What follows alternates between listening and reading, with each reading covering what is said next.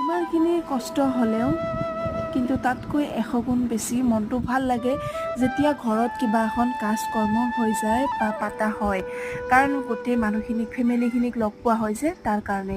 বেলেগৰ কেনেকুৱা কি হয় নাজানো, কিন্তু মোৰতো এনেকুৱা ভাল লাগে মানে কি ক'ম আৰু, কষ্ট যিমান হ'লেও সেই সময়খিনি একেবাৰে দেহাটোৱে ফিল নকৰে যে মোৰ কষ্ট হৈ আছে বুলি।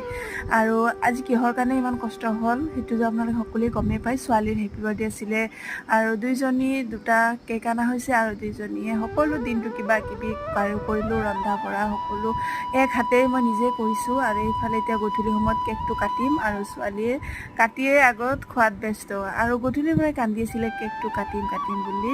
ফাইনেলি কাটিলোঁ আৰু ইহঁতকো খাবলৈ দিলোঁ, তাইৰ লগৰ ফ্ৰেণ্ডখিনিক। আৰু ডাঙৰ ভিডিঅ' দিয়া আছে, আপোনালোকে চাই ল'ব আৰু ভিডিঅ'টো কেনে পালে চাই জনাব, আৰু সকলোৱে মোৰ ছোৱালীৰ কাৰণে দুৱা প্ৰাৰ্থনা কৰিব।